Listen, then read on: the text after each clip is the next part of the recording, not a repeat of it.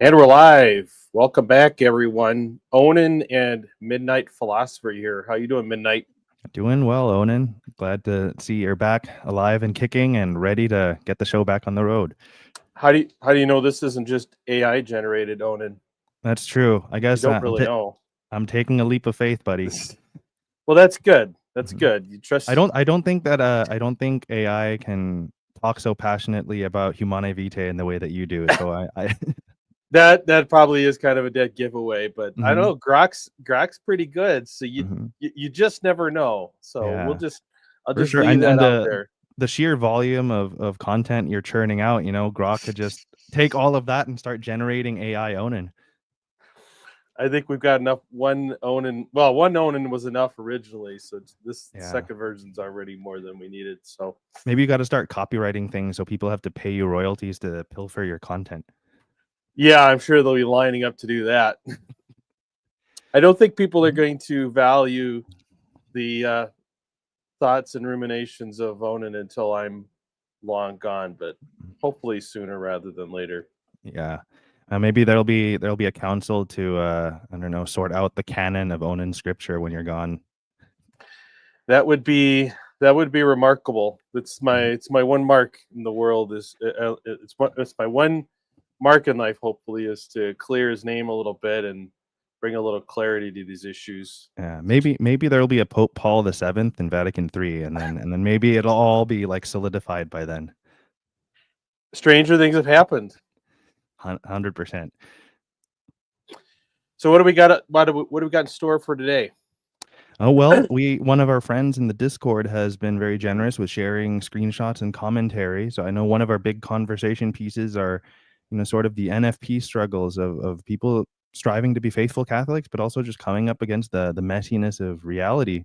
So I figure that'll be our launch pad for various topics about intimacy and the tension with, trying to stay true to the spiritual life of Christianity. People struggle with NFP. This is new Hmm. information. Yeah, very new information. I've been listening to Christopher West all my life, and there's no way this could be true. Yeah. Oh man, Christopher West, the beacon of truth and consolation. Never a condescending moment from him. That's Such right. such direct practical language too. Yes. Yeah. Absolutely. Nothing could be truer. Yeah, for sure. As the I think people in the South say, bless his heart. Yeah. Right. Bless mine too. Yeah. So, be that as it may, it turns out that not everyone has the Christopher West experience of natural family planning, and in fact, there's a fair number of people that have a much different experience. Mine has been not as traumatic as some of these people, but Hmm. traumatic enough that I'm, as you said, churning out content about this Hmm. because I feel very passionate about it. So, one thing I want to talk about before we get into it. So, these are Reddit screenshots. Hmm. I don't spend a lot of time on Reddit. I should say I don't spend any time on Reddit myself. I don't know about you. I'm a pretty moderate user. Maybe I check it a couple times a day, but maybe on average, I don't even know if I make it 10 minutes a day. I'll just sort of look at the latest stuff on. I haven't even bothered checking the Catholic subreddit because all of their issues with censorship and it's very scripted. But there is ex-traditional Catholic, which is a mix. Some people have become atheist and agnostic, but a lot of them are actually just um I don't mean for lack of a better word, it's like they've quote unquote downgraded from TLM communities to Novus Ordo communities. And I don't mean Mm, I don't mean downgraded, but I think it's just they've sort of exited that yeah, hardliner sphere. And so right. it is a mixture of there's some agnostic atheists in there, but the majority is just people that are striving to be still good Catholics, and they're trying to make sense of all of the difficulties in traditional communities. So I hang out in that subreddit quite a bit. I also check out I think it's called left Catholicism or leftist Catholicism. So it's a little bit more of a progressive Christianity that, and one of the latest topics is uh, why is mainstream or conservative Christianity so obsessed with sexual immorality? So that was Mm, a pretty interesting one. And I do sometimes lurk on ex-Catholic, just curious what people have to say. I do think that the ex-Catholic Reddit has sort of the opposite problem of the Catholic Reddit, where if you say anything that's mm. construed to be too friendly towards religion, you're Uh, sort of accused of triggering people's trauma. So I kind of think that swings in the other direction of making uh, honest conversations difficult. And I don't mean to minimize that some of these people have legitimately been hurt, mhm. but those kinds of Reddit pages can definitely become an echo chamber. But yeah, in short, I lurk. It's an interesting collection of perspectives. Well, it's an interesting observation, and it's kind of one of the things I want to emphasize that I hope makes you and me and sort of our larger community a little different is I hope that while we share our own feelings, our own principles, our own struggles, that I like to think we provide a good environment for other people to do the same. Um, we've been accused of being too hospitable to those who preach heresy or bad thoughts or whatever. But 100%. I think the technical term is that we've been accused of being gay. yeah, numerous times, which Yeah, it's an official theological language for intellectually stifled. yeah, and that's news to the mother of my 9 children. So Yeah, you're clearly overcompensating, Craig. yeah, that's right. Christopher West can't hold a candle to Yeah, me. you're a Christopher West on steroids in the That's bedroom. right. That's right. If I could just convince myself. Yep, you just do it loud enough. That's right. That's right. So so what kind of brought us on, and you'll see as we share some of these screenshots, is that and this is certainly true in what I call the polite Catholic media, which is that there is a very, very fine line between what is permitted to talk about and what is not permitted at all, and will get you deleted, will get you banned or whatever. And this apparently is very much the case on these some of these Catholic Reddit circles where anything that in any way, not even like disagrees with Catholic teaching, but even paints certain Catholic teachings in an unfavorable light seems to be um, taken pretty seriously and taken down, lest it spread its evil ways. I don't know what the purpose of the content creators is, if it's just an over abundance of caution. I Mhm. don't know. I really can't get myself into the minds of these people, other than I assume it's just they're just afraid they'll be judged someday because some rando came on and said something a little out in left field, and other people adopted that, right? Yeah, it's even when some of those, like, the people that really have legitimate complaints and difficulties with NFP Mhm. or any church teaching, but in this case NFP, it's just um it's almost like even the data itself, they're not trying to be rebellious intentionally, and they're not trying to Right, call into question the authority of the church, but they're also right. just acknowledging real world struggles, with their intimate life, with health concerns related to back pregnancies. But it's like anything that could potentially destabilize, the perceived perfect authority on these things is sort of summarily dismissed. It kind of reminds me of no one accuse me of being a heretic, but I did attend a Presbyterian service as a substitute musician last summer, and one of the interesting things that particular pastor had said was there are some attitudes that almost treat God as if God needs to be protected from the truth. And I think that there Mm, there there really is yeah. with some of these folks that it's almost like they need to shield God from the data of human experience, even when that experience is it's presented fairly neutrally. I don't think anyone is trying to be a heretic or trying to destabilize people's faith, but they also can't deny the real hardship that they have. Well, and I think in many ways people are trying to talk through their problems Mhm. specifically so they don't lose their faith. Like Mhm. they're wrestling with these things out loud, hoping, inviting someone to tell us what am I missing here? Mhm. And instead of getting that, they get the gentle shove out the door. And well, what do you think's going to happen to those folks? Yeah, yeah. I think the more people are exposed to this sort of hardliner, like if you don't check every box, you're not one of us.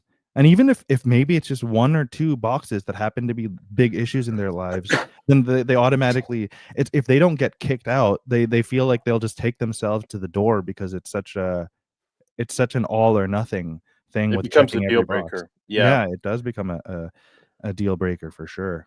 yeah. And I think that my experience has been, in particular, these issues, because they are just so, I don't know, in our face all the time, can really become deal breakers for people. And I used to think people just left the church because they just wanted to go live lives of, you know, Yeah. just carnal whatever. And Mhm. I realize now that is simply not true. Yeah, it's much more complicated. Of course, you know, as human beings, we have our share of, you know, to throw a bone to the trads, we certainly have our share of concupiscence and you know, we can Mm. certainly be hedonistic as a species, but I think for most people, they exist in a kind of gray area where it's not really not that simple.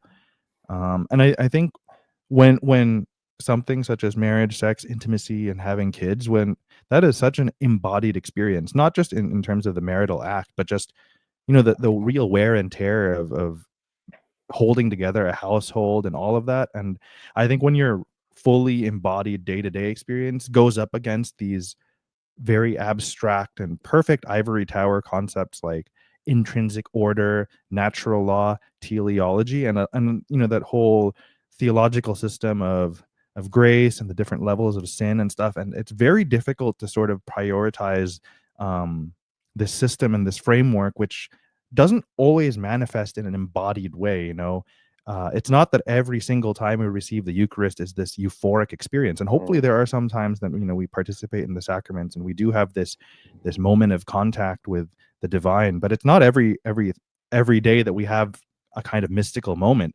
But when it comes to all the marriage and NFP stuff, you're right. It stares us in the face every day because we are bodily creatures, and you know, all of the struggles of day to day life manifest bodily.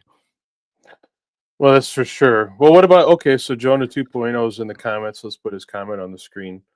So he says sometimes it's just a support group to feel better about choosing something against the faith. I mean, I suppose that's possible, but I actually don't think that's typically what's going on. I mean, I don't know. I mean, I think once people have made up their mind that they're going to do something or ignore something, I think for the most part they just move on with their life. They don't really spend a lot of time thinking about it. Yeah. I I I think it's because people genuinely wrestle with it, even though they may feel very, um, be very convinced of their position. The fact that you're out, talking on Reddit or showing up in our Discord or whatever, Hmm. I think reflects a sincerity there that I think we shouldn't be too dismissive of. I and judging from the conversations that I see happening in our Discord, I think people are genuinely searching and constantly trying to reevaluate, take in new information. What if I'm wrong? What if and so I don't actually think that's true, Jonah 2.0. At least that hasn't been my experience. I don't know how about you, Midnight. Yeah, I would say, I mean, definitely thankful for Jonah 2.0, because I think we do need, you know, some friendly pushback just so we don't get too comfortable in our heresy. But Hmm. I mean, it's possible. Maybe we are just making ourselves comfortable with our concupiscence. But you could, the thing is, with that logic, you could also flip it around, that you could just do business as usual and dunk your head into the sand and not reevaluate anything. And there's a certain comfort in that. Yeah, I mean, that's certainly to be seems to be encouraged, actually. yeah, yeah, and for sure. I mean, I don't mean to minimize that following the rules will lead inevitably Mhm. to some kind of suffering and hardship, but there is a certain kind of comfort in you're doing the right thing, and you have so much external validation from your community and from priestly authority. So even if you are suffering, you know, there's something really to be said about receiving validation from your community and your authority figures. Like that's just something so comforting for us humans. Um, Mhm. so I think the flip side could also be argued, that you could be sticking your head in the sand and not bothering to look at other people's situations and how there really is some pretty concrete harm. There's something also I wanna talk about, the kind of segues in it. I think it's actually we were talking about this on the Discord today, Mhm. is, when any type of dissent is sort of snuffed out at its early stages, people don't stand up, and it can give the appearance that no one has any objections, that no one has any reservations. Um, it can create the appearance that everyone feels the same way. So, like, just today, I was talking about our favorite section of the Catechism, 2352. Mhm. And this is a quote: "Both the magisterium of the Church, in the course of a constant tradition, and the moral sense of the faithful, have been in no doubt, and have firmly maintained that what is intrinsically and gravely disordered." Well, who did they ask? And like that Mhm. literally can't possibly be true, that everyone agreed. Now, if if everyone who disagreed was too afraid to say something, then maybe it gives that appearance. So it's I really don't like the stifling of disagreement when you see it right there. And I don't know if there's other examples in the Catechism, but this one really strikes it, where they're almost they're offering this as justification for the teaching that everyone always agrees with this. Yeah. When was 2352 is from the most recent catechism in the Right. 1990s, but I'm sure it's based on older older rules and older reflections on these topics. But yeah, I Well, also I not mean, really. y no? Not actually. Oh, The okay. the the Mhm. earliest version of this, I think it's Persona Humanae. Mhm. Persona Humana is I think it's the uh, Congregation for the Doctrine of the Faith. I'm butchering that. There's a document from the 1970s which more or less has this, and so this section of the Catechism is taken almost verbatim from that. But that is sort of the earliest version of that type of language. Okay, Okay. but but think about that. I mean, why would they include that in there? Like, I don't think it's trivial that it's in there, that they rest upon the uniformity of belief of the faithful. When, like I said, I think it's almost um, self-evident that if you asked every good Catholic in the world at the time, that a substantial majority would have disagreement with that teaching, if they felt like they had the freedom to speak freely about it.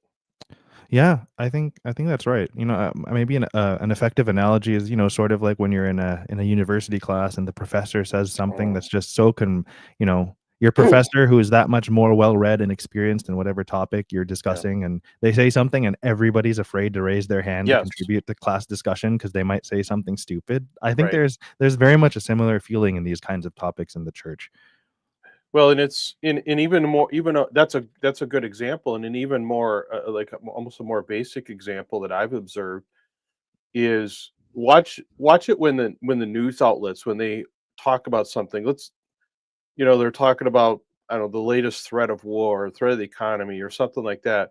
So they'll have story after story after story telling people about this big problem, and then they'll run polls how many weeks later and say, "How many of you think this is a problem? Look at, they Mhm. overwhelmingly believe that this is a problem." The very thing you've been telling them is a problem for the last how many weeks, they all Mhm. agree is a problem. See, look, we're Mhm. right. Look, everyone agrees with us. Well, yeah, but Yeah. you're right.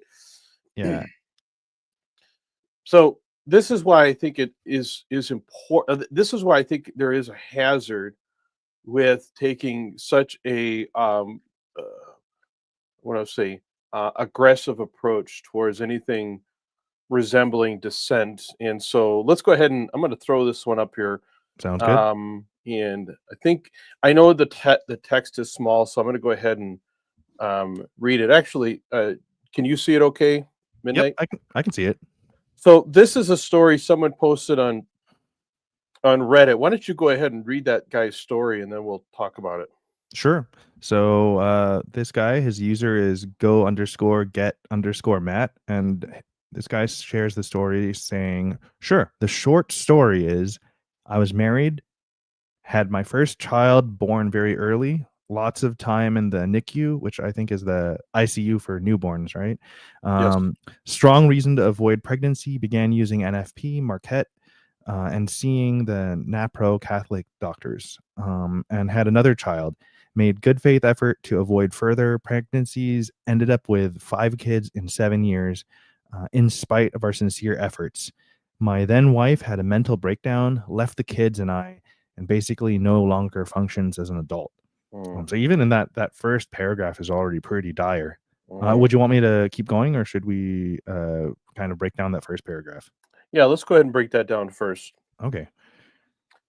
So, Um, I mean, this is sort of an extreme, dire situation, but I wouldn't say that's unheard of by any means. I mean, this is a normal, predictable, foreseeable circumstance, even with couples trying to use NFP, using Marquette, which is one of the I want to say more reliable, more mhm, technically reliable methods. mhm, Um, and in like look at what these people have gone through, and I've seen more stories like this. Um, and what are people supposed to do in that situation? Like legitimately, what are people supposed to do in that situation? I think the very traditional answer really is to abstain. And I think it kind of goes to another point that's been coming up in the Discord, is that the idea that any desire that isn't directly related or open to procreation, any kind of desire is automatically some form of lust or concupiscence. And Mhm, I think I brought up the fact that a recent video from Brian Holdsworth also did reaffirm the procreation primary um, uh, sort of conception of what sex is in mhm, traditional Catholic teaching, and I'm fine to concede that maybe that's the ideal. That the journey of parenthood to welcome new life and to unify the unitive and the procreative elements are intact. Totally fine with seeing that as the ideal that we should all aspire towards, but I can't. I think to just automatically dismiss everything else as some sort of sexual dysfunction or concupiscence is just it doesn't seem to be the experience of most human beings and even most Catholics.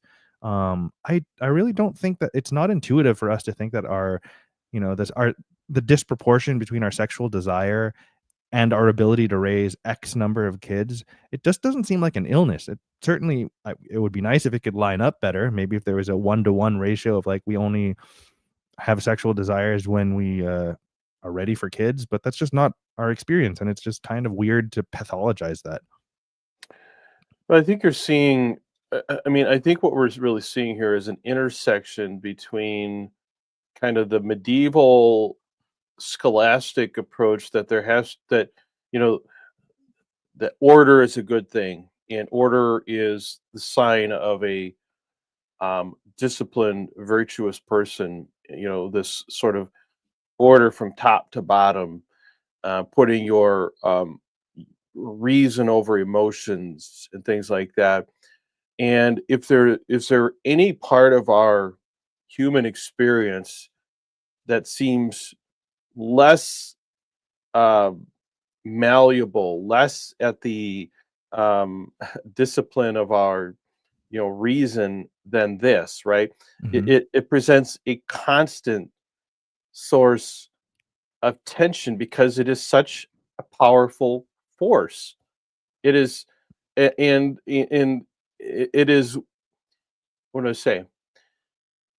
Um, Even for the best of, let's see, I mean, for anyone, regardless of your circumstances in life, it presents a constant challenge to bring this under absolute control. I don't think anyone ever really feels like they're in total control of this. At best, they mhm. feel like they've got this beast that they've kind of been able to break enough, to saddle break enough to keep under control. But you got to you got to yank that bit back in the corner of the mouth pretty hard and make sure it doesn't get away from you. And so I think because it has always been such a challenge for the quote unquote rational man to control this part of his body, his appetites, the way he would like, almost by default, they have to chalk it up to some ulterior, some sinister origin because it can't possibly be of God because God, in God there is order and virtue is order and there's no real good way to order this. That to Mhm. me that is my best um I guess di- uh autopsy if you will on why it's just been cast off as this product of concupiscence, original sin. It's constantly it's not something that we should embrace. It's something we must constantly be trying to restrain. Yeah, I think that that makes a lot of sense. I think I've been reflecting quite a bit and reading some stuff on different notions of the meaning of life. And well, there's a particular book by Terry Eagleton called The Meaning of Life. And one of the topics, I'm paraphrasing right now. I don't have the book on me, but but there is this idea that humans, by their very nature, we like to organize things into clean narratives or clean logical frameworks, and to not have something to hang on to, that that feeling of adrift leaves us so insecure. And Yeah. I think in the area of sexual topics, you're right. I think wanting things to be ordered and Hmm. wanting things to be virtuous, which is in and of itself, Yeah. it's good. But I think if you kind of make an idol out of it, and it becomes like this really suffocating echo chamber, uh, that's very restrictive to an unhealthy degree. I mean, you create new problems that shouldn't be there, and what was once helpful guardrails becomes a total straitjacket. Yeah. No, I think that's true, and I think it really explains just the near universal, constant struggles that people, Catholic and non-Catholics alike, have with this. It's not as though the non-Catholics, let's say, who are not personally restricted by some of our most fundamental concepts as Catholics, such as, no contraception, 2352, things like that. It's not as if their lives are just, um, well, first of all, it's not like their lives are just constant depravity, nor is it an easy path. They have their own struggles. They just maybe they have different struggles, and maybe they don't have the types of struggles that this couple obviously had. The 5 kids in 7 years, despite their sincere efforts. I guess they can avoid that, but it's not like their marriage has suddenly become a cakewalk. Yeah, absolutely. There's plenty of dysfunction to go around. It's just part of the struggle of being a human being with our various personalities and temperaments, and we don't always think things through, and also just the reality of life. With conflicting work schedules and secular people, non-religious people, or even lukewarm religious people, they're still having kids. Really, the difference is how much. Mm, The key difference really is what's in our toolbox in order to shape our lives and our experiences. That's really principally the difference.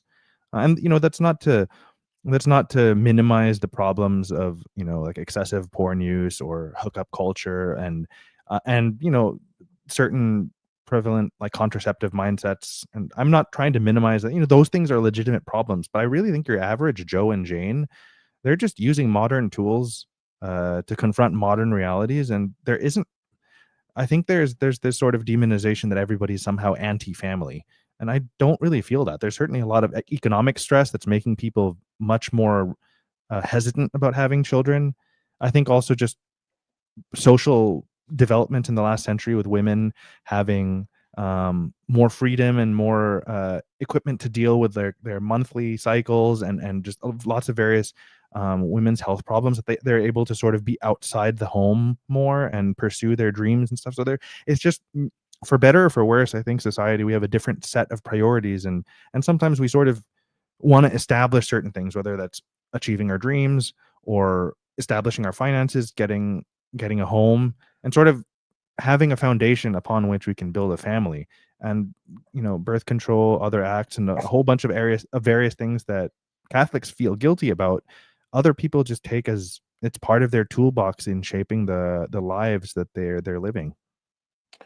Yeah, and I think that, I mean, one of the things that we often battle with Jonah 2.0, for example, is, the struggles that most of the struggles that people have with NFP isn't to the degree of this poster. It's you know if you go on, we may not get to the whole thing, but basically their marriage broke down, and in has she is just has never really recovered from that.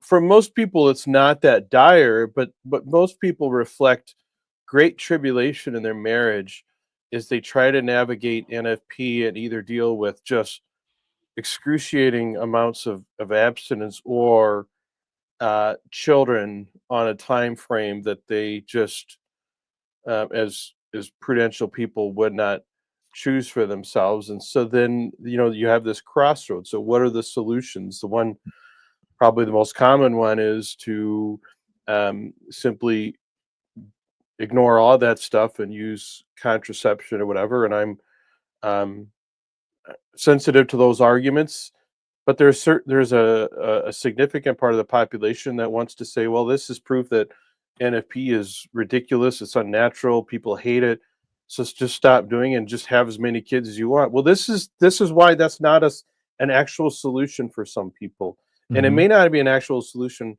for a lot of people. This is like, what about these kids? Like, just stop and not worry about the couple for a second. What about these children? What kind of life do they have? What's the likelihood that they are going to have the faith when they grow older, when this is what happened to their parents, who it's not like they like this all happened because they were trying to do what the church tells them to do, or what they believe the church tells them to do, right? Hmm. No good deed goes unpunished, and look what happened to this family. So to just say, well, just throw caution to the wind, or even more absurd is just to live like cousins. Like, we're not no one's you're not being serious when you say that's the alternative to NFP. For sure. I think your point about kids and the environment they live in is also huge, because I think that's a big determining factor for their relationship with God and their perception of religion.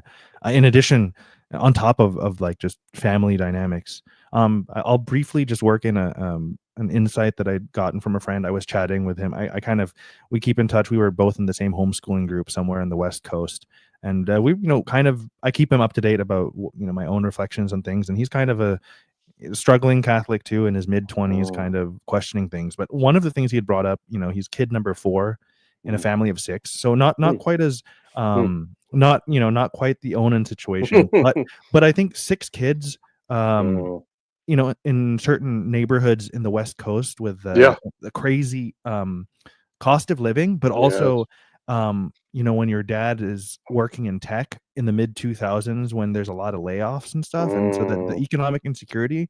But he was saying that it's not a question of love. They of course they I'm sure that there was this confidence that they're a family. They're despite all the mm, struggles, they love each other, but there was definitely a lot of tension.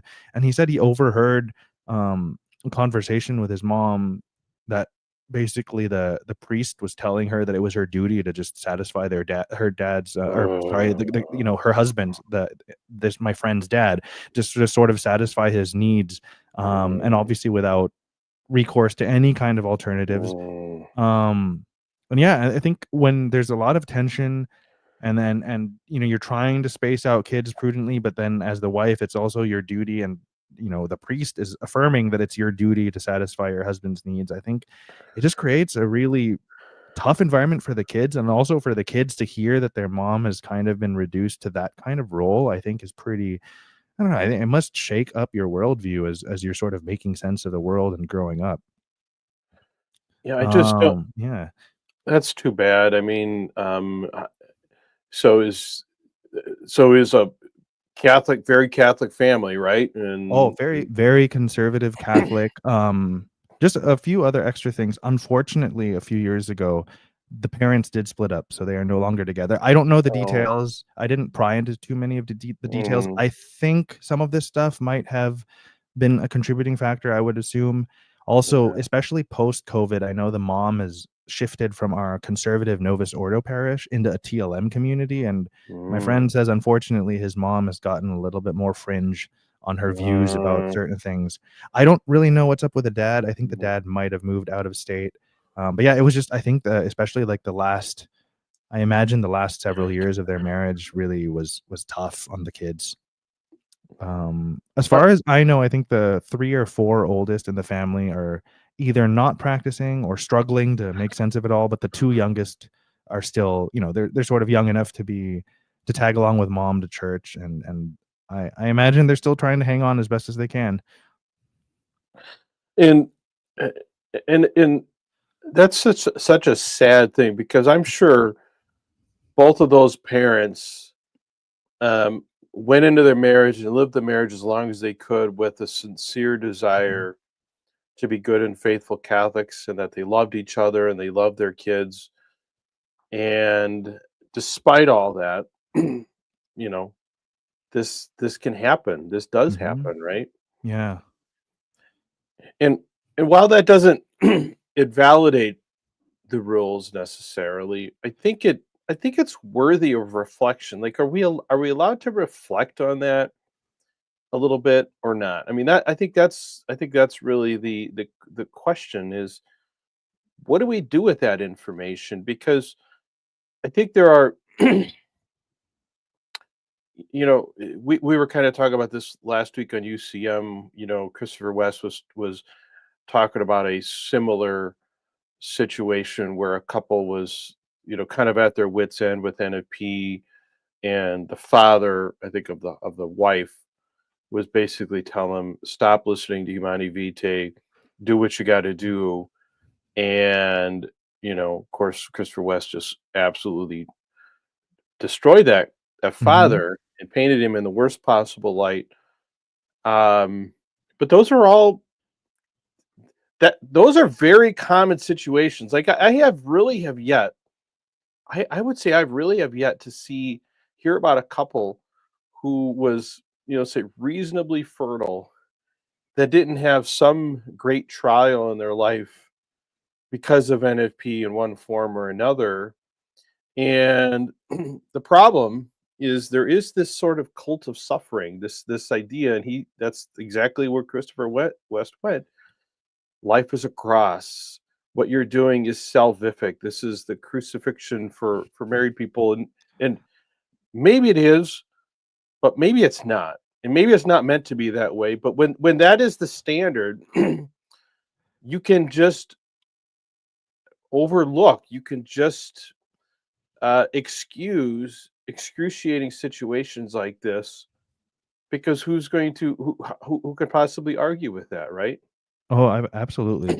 Man, I'm sorry, this is gonna sound very Protestant of me, but I do think that the cult of suffering is not biblical. So all you people that will come after me in the Mhm, comments, maybe that's pretty Protestant. I mean, certainly Jesus did say, "Take up your cross," so I'm not denying that, but I do think that we've blown it out of proportion, and we sort of have this complex economy of like the salvific value of suffering, and indulgences, plenary and partial indulgences, and the idea of temporal punishment, and going to confession will get us forgiveness, but it doesn't remit temporal punishment mhm, unless we get indulgences. And we sort of have this whole mhm, economic system that's, well, it's I mean, internally it's quite logical, but it's kind of immeasurable.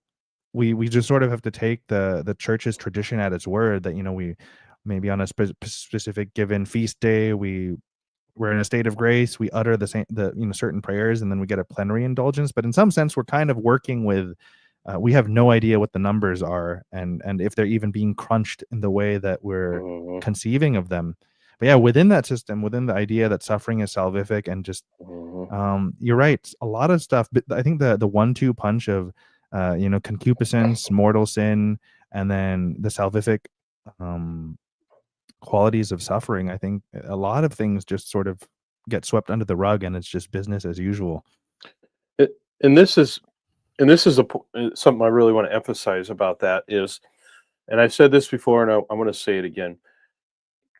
There seems to be this assumption that couples that, let's say, what do I say, don't adopt this extreme approach. Maybe they take some liberties here or there. Maybe they use contraception for a period of time, or they use some other acts, or they do something that is quote unquote illicit, right?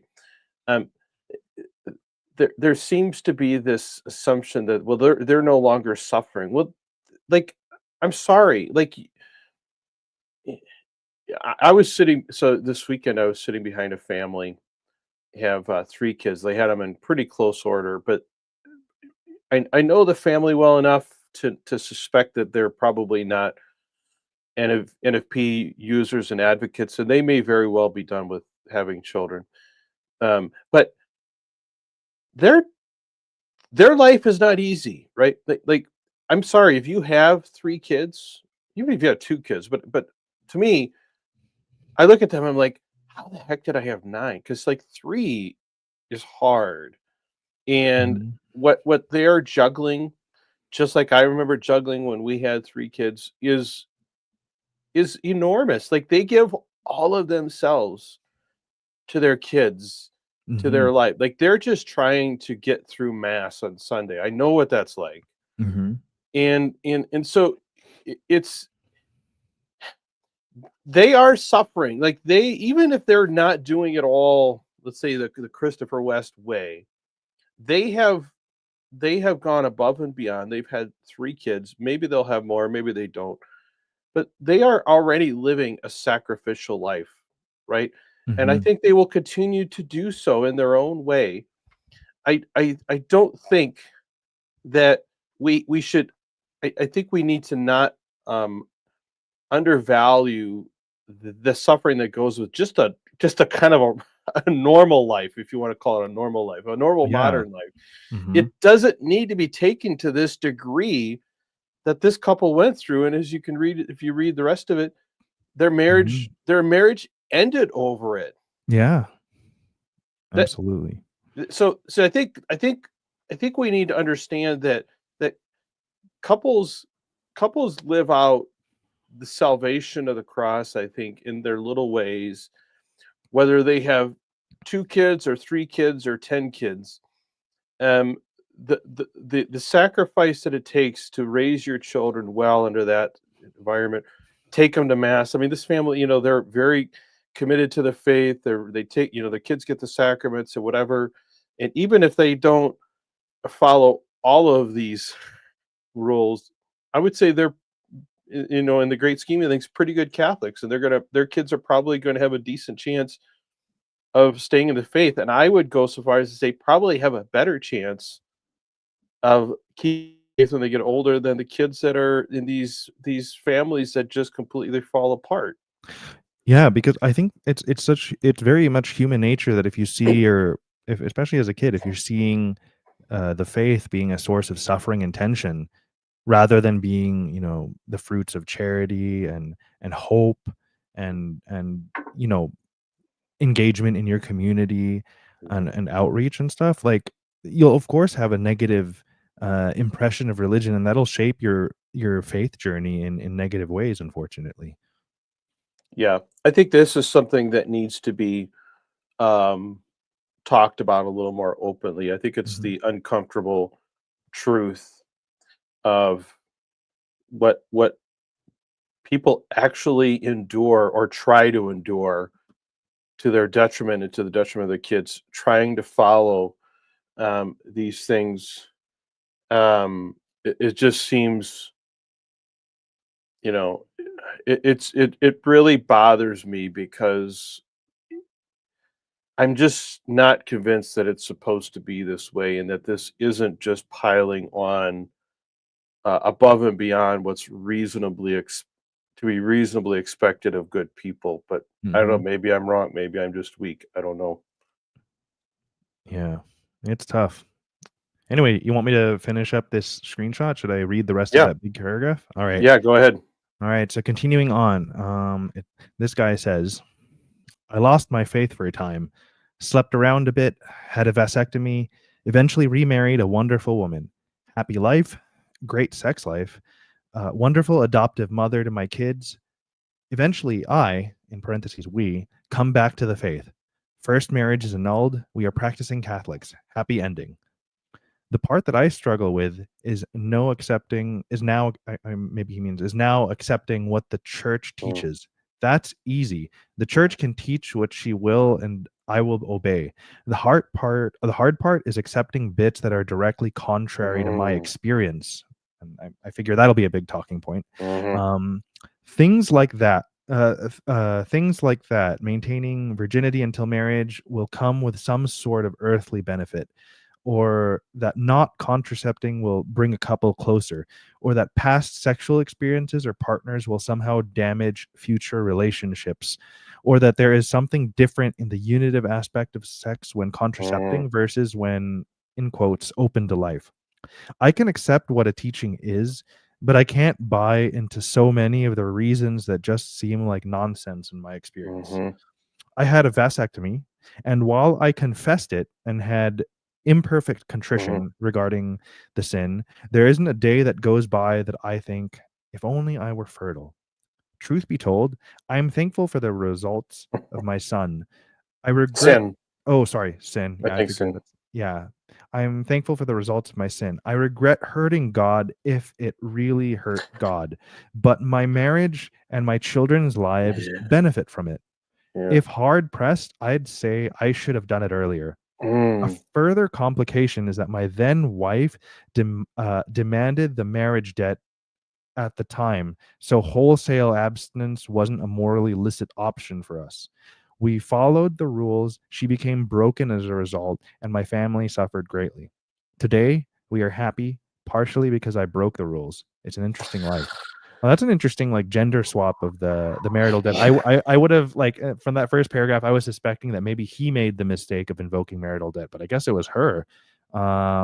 So yeah, I guess whichever way it cuts, the marital debt certainly it causes issues. And kind of going back to my friend's comment about how the priest told his mom that it Yeah. was her duty to pay the marital debt. It's so easy when, with all due respect to the good intentioned priests there that are just trying to do their job. Mhm, I think, as you bring up in the show many times, if you're not living with your beloved, your partner, and you're not sort of exposed to natural occasions of desire, I really don't like thinking of them as occasions of sin. I mean, you're desiring the person that you're committed to for life. That there's nothing sinful about that or disordered. But to sort of be removed from a situation where you desire your beloved, and also that you're all of the real ups and downs of raising a family and having kids. I think the marital debt thing, man, it's so easy for priests to say, but there's some real world harm, as this guy shares. Yeah, I mean, I I think it's really hard to justify the marital debt concept within a framework that the the other spouse, especially if it's invoked by the man, but either way, if the other spouse cannot, what do I say, no longer has a say in whether to bring another child into the world, right? If Mhm. pregnancy, I mean, pregnancy and childbirth and having another child are not minor things. I would say they're the most profound things we do, the most consequential things we do as humans. Mhm. And to be those have to have that sort of just be the flippant consequence of someone invoking the so-called marital debt, just I just find that so preposterous, and I just I don't think you can reconcile that with the other spouse having no ability to keep themselves from becoming pregnant. Mhm. Um, so I just think I so that is one problem. That is for sure one problem. But I think the bigger issue here is what he says. You know, The hardest part is accepting bits that are directly contrary to my experience. um, that I think is the real problem that is largely unaddressed by the sort of polite Catholic media, if you will, is you can get up and you can say whatever you want. You can say all the Christopher West stuff you want, but at the end of the day, if what you're telling people amounts to 2 + 2 = 5, eventually they're going to say that's just nonsensical. I don't care how many times or how many wonderful ways you tell me 2 + 2 = 5. I know it's not true, and you'll never get me to believe otherwise. And when that is what is happening, you can't expect people to maintain their faith under those circumstances. I don't think our brains can operate that way. They shouldn't operate that way. We shouldn't be required to, under threat of hell or whatever, to believe something that we just firmly are convinced from our own experience is not true. Mhm. Yeah, I think yeah, the whole thing about lived experience, and right now, obviously, we're focusing on marriage, intimacy, and NFP, but yeah, there are it applies to many other areas, with especially regarding things like perhaps cross cultural marriages and relations and all of this stuff, and sometimes we're kind of this is relatively rare perhaps, but sometimes that there's a demonization of other perspectives, other cultures, other spiritual traditions, and the assertion that only the true Catholic faith bears good fruit, but then you see people Mhm. around the world still, they have access to a life of virtue and some kind of spiritual contentment. And meanwhile, sometimes you have struggling Catholics that maybe we don't always bear that good fruit. And maybe it is our fault. Maybe we haven't followed the faith, you know, closely enough to bear good fruit. But sometimes there's this attitude about the Catholic faith that it almost has a monopoly in the life of virtue and the life of spiritual contentment, and that's not always the case. There are many pockets in the world, many you know wisdom traditions around the globe that also generate a life of virtue and a life of spiritual contentment. But yeah, I think when you're forced to sort of distrust your own experience, there is very much an element of gaslighting there, that, oh no, you don't really see that, you're only thinking you see that, you're blinded by concupiscence, or such and such, that kind of rhetoric. Yeah, I think that's absolutely true. And um I don't know what we do about that. But I, I don't think I don't think it will kill the church if we just embrace a little humility about things, and recognize that um, you know uh, you know there may be things about what we teach that are not yet perfect, or have some room for growth, or maybe are just wrong in retrospect. If we just had some room for that, I think people could live with that, and I think people could maintain their faith, if there was just a certain level of humility built into the system that doesn't seem to be there, and people, I think, feel either forced out or out of integrity leave because they're like, well, I can't reconcile my experience with what this church says, therefore the church can't be right. There must be some other path out there that I haven't found yet. And so I feel so badly for those people, because I think they're forced out unnecessarily because of these things. Hmm. No, I agree. I just took a glance at the chat, but it looks like Mm. you might have attracted a fairly new follower who found us through Reddit, I guess, or found you through Reddit, which is pretty neat. So So, I'm sorry. is this person claiming? I'm going to put this on the board. So Is Although this it, this isn't the person that wrote this post, is it? Is that I'm what you're not sure saying? because I'm not sure. I think there was another recent post on uh I think it was, let me look at my phone real quick because I think that this post that we're getting screenshots from is, I think, from the standard Catholic Reddit, not extradcath. But Okay. there was a recent I'm just kind of uh going through. Oh yeah, I think about 2 weeks ago there was a post on extradcath called "The NFP Cult Scares Me." Mm, I think it's a different one, but expressing similar results, or sorry, similar problems, similar struggles with NFP. Uh, and I know that this is a throwaway cult, so I won't, not throwaway cult, a throwaway account, so I won't reveal mhm. the Yep. author's original name on Reddit. But there was a post called "The NFP Cult Scares Me," and it's just it kind of highlights some of the potentially extreme results from following the Christopher West model. So I assume it's that person. Yeah, and well, let me put the prior comment first. So, I want to be clear that compulsive NFP. I'm not sure entirely what they mean by that, but I think I kind of understand.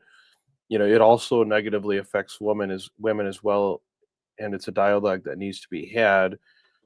And then they go on. It alienates all parties in the marriage: the man, the woman, the church, and most importantly, the children. Yeah, that's a really important part. Kind of bringing it back to like the marital tension that my childhood friend had sort of noticed, and it is, kids really absorb that stuff. They're like sponges in their formative years. I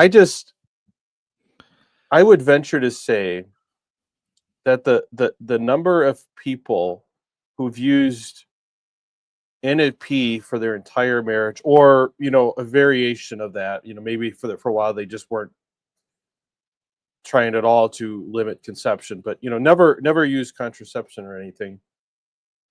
I would think that the number of people that have gone through that marriage without, I would say, major trauma from it is very, very small. And I think the overwhelming number of people find that, and I would put myself in this camp, tolerate NFP and manage it as opposed to thrive because of it. And I think that is something that needs to be said. There's this idea that, what do they always say? Catholics that use NFP have the lowest divorce rates, whatever. Which, fine, but I don't know that really tells us much. It tells us that people are stuck with each other through thick and thin, and whatever. But you know, the number of people that have this person's experience, is extraordinarily high. And the standard approach on Reddit or otherwise is just to be so dismissive of it that I just think it has to stop. Like, um we need to do something about it. Like, someone needs to listen to this and do something about it. Yeah, absolutely. Um, oh, one thing kind of, Jonah 2.0 just said, shouldn't we be proud to do what was just normal for centuries? And I think there's an element of truth there, but I think we might be oversimplifying history.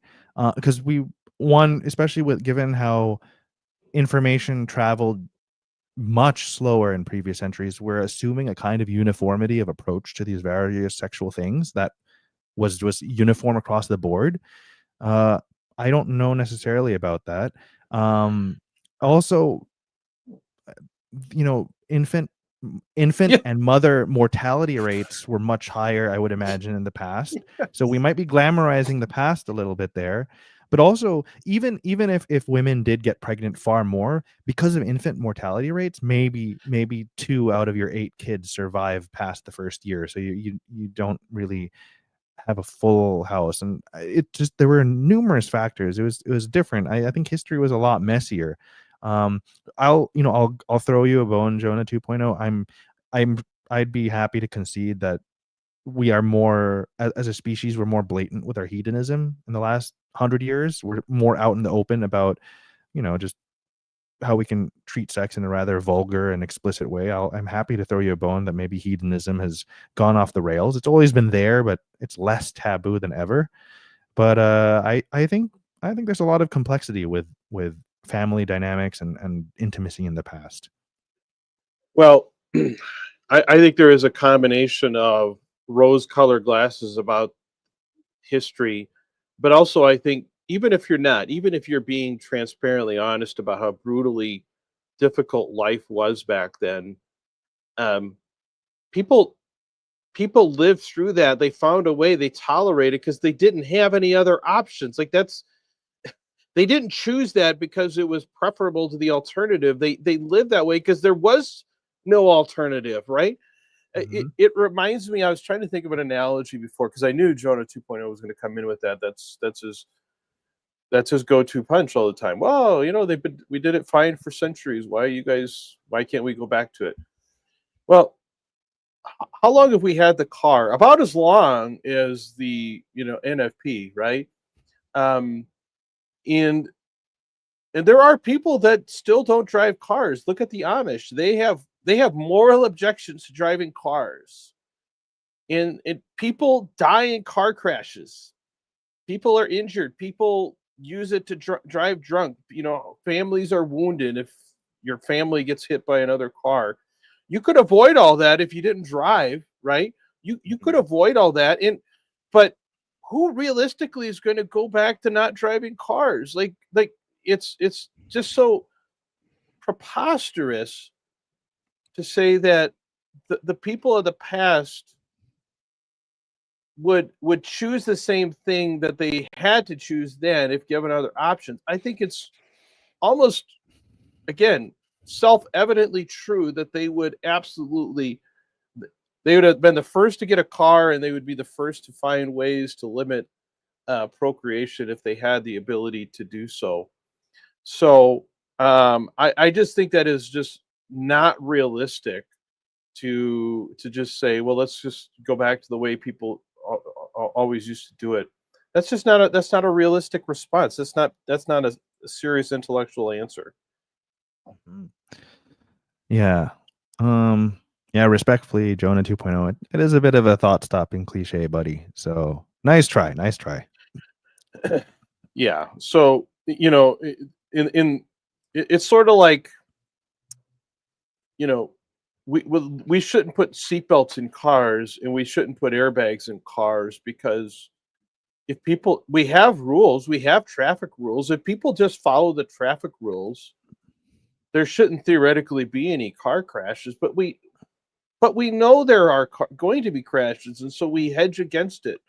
We put in safety features, and the alternate the solution to people dying in car accidents isn't to get rid of the cars. It's to make them safer, right? Yeah. That I think is where we need to like realistically look at this and think about it, like on a pragmatic level. You are not going like Catholics are going to go extinct in the foreseeable future if that's the approach we're going to take. We're not even going to let you use NFP. We're not even going to use NFP. We're just going to go back to the good old days when mom and dad had 15 kids until things fell apart. Assuming mom survived all of that. That's just not. That's a dead on arrival.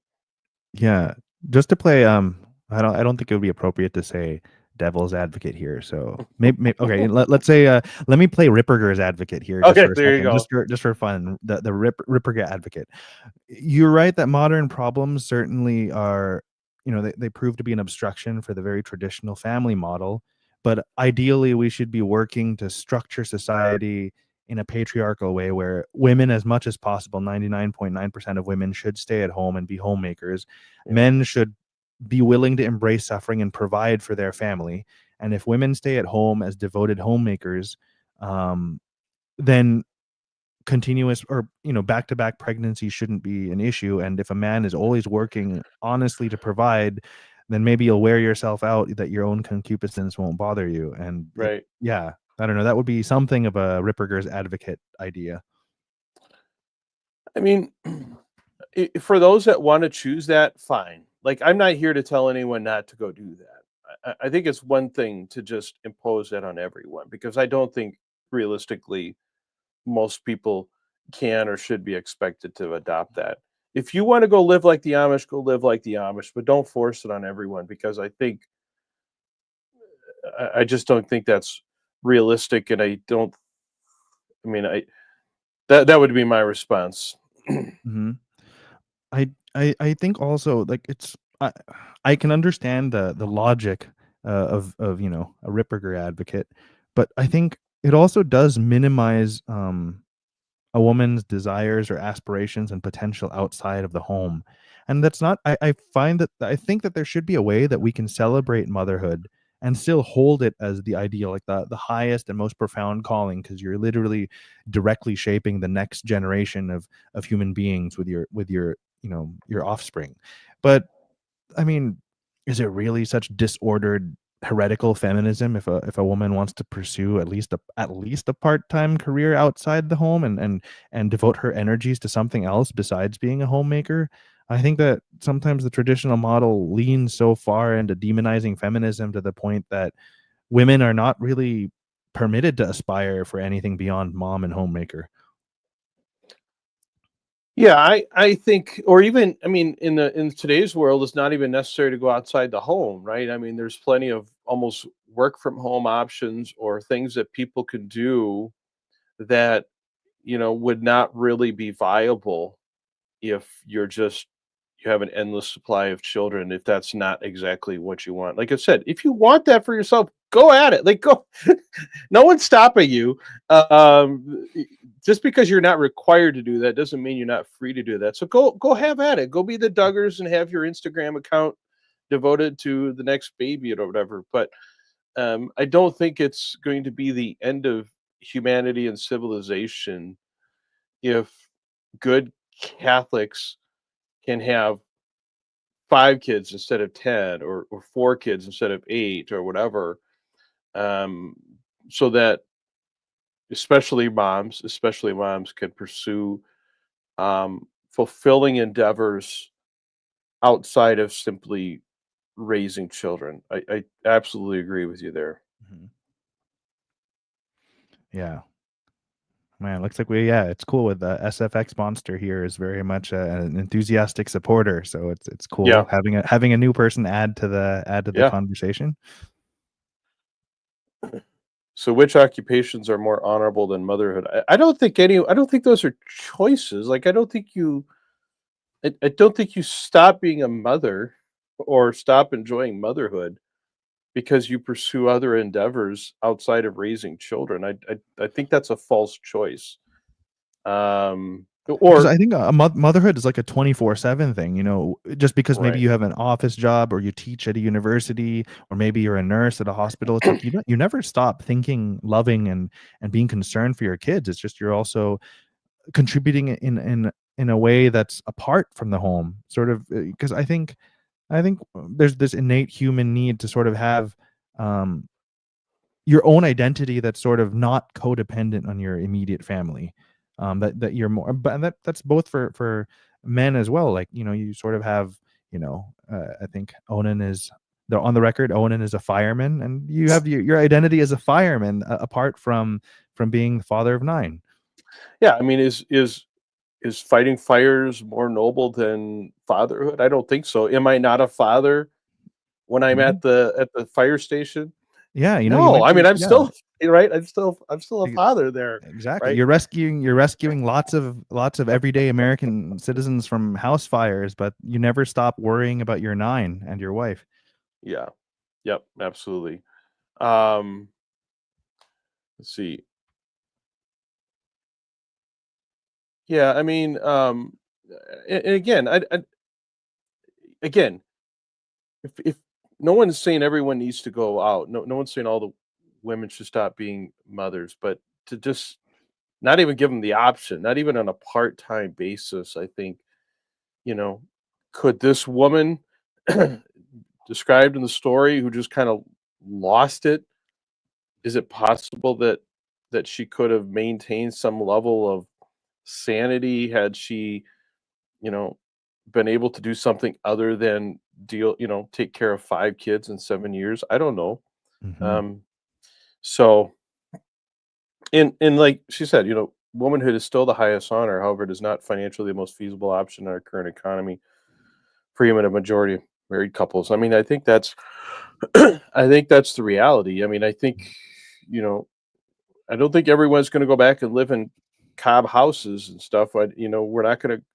It's expensive to live. Even Mhm. I live in the Midwest, so it's not super expensive, but it's still expensive. I don't care where you're at. Raising any number of kids, if you want to provide basic things for them, healthcare and stuff like that, it's expensive. Like it just is, and Yeah. I don't think we have to be forced into a life of relative poverty because we lack any realistically reliable tools to plan our families in a prudent way. Yeah. I think kind of tying a couple things together that you've said, and I think our buddy Pick and Choose has said is really the whole. I think we need to somehow push back against the traditional culture of demonizing uh unitive desire or unitive primary desire, and also the demonization of pleasure, and always dismissing them as either disordered or concupiscent. I think we need to push back against that. But then also, as you say, that the goal shouldn't be about restricting and demonizing sexual pleasure, but it should be how can we create an environment that inspires and enables people to have more kids. If we can Yes. build more supportive communities and have a framework that people can be less afraid of all of the challenges that come with raising kids. And I Yeah. think the high stress approach of the Christopher West model, I kind of in a mechanical sense it totally works for kids, both planned and unplanned kids. So we'll definitely keep the procreation factory happening. But in terms of like genuinely feeling called to, yet another welcoming another child, I don't know that that's the case. If anything, they're mildly happy accidents that you're sort of compelled to be open to.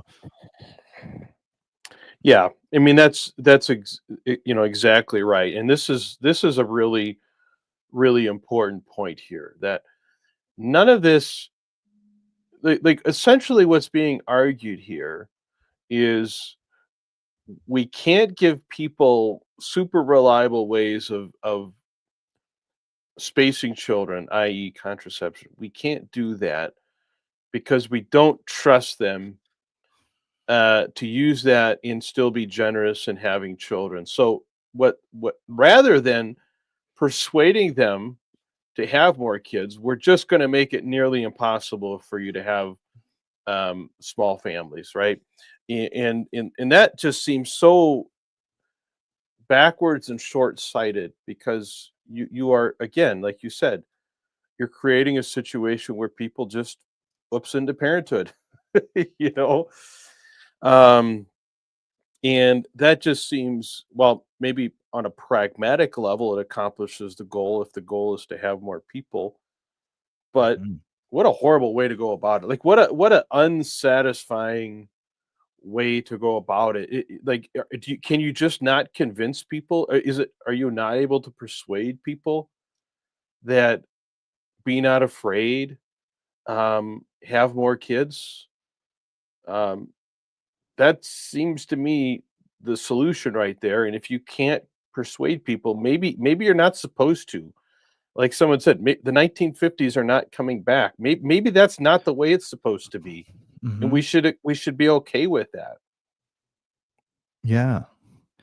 I think there's another interesting. This is particularly a third world perspective or a third world comparison because like my mom is one of 6 kids, and back in Southeast Asia it was pretty common for in the 1950s and 60s to have anywhere from 6 to 8 kids.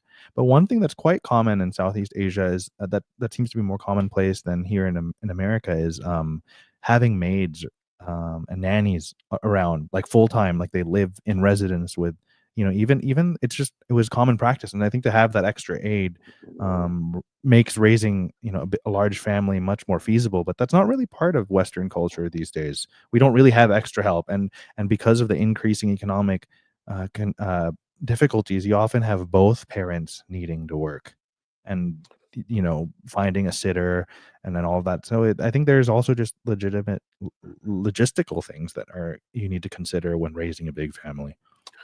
Well, that's very true, and I think that's something that we need to be more humble and honest about. I mean, in the economy is such that grandparents have to keep working. People are working much longer, I think, than they used to be, and can't necessarily take care of your kids for you, nor should they be expected to. I mean, maybe they should, but it's it's it's a pretty big ask to expect a couple to have a large family, even if all the kids are like all perfectly healthy and normal.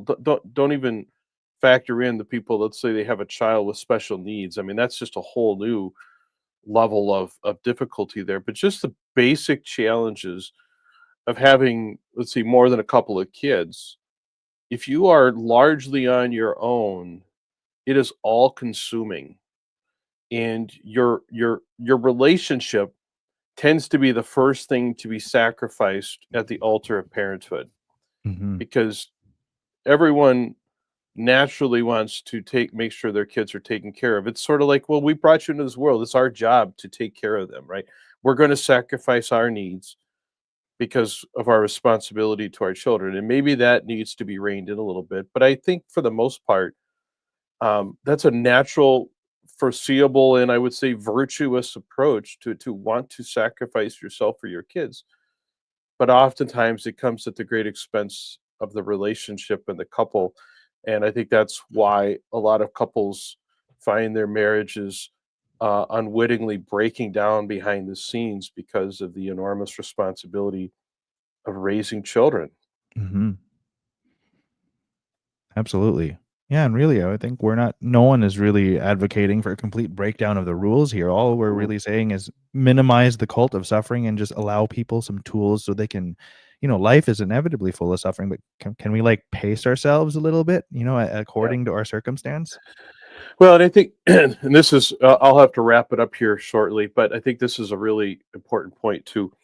Is I think what's so strange is to have something so complicated as this, so circumstantial, the age of the couple, where they live, what their occupations are, are they disabled? Um, uh, you know, all this, are your children healthy? Do they have special needs? What kind of job does your spouse do? Or do they travel a lot?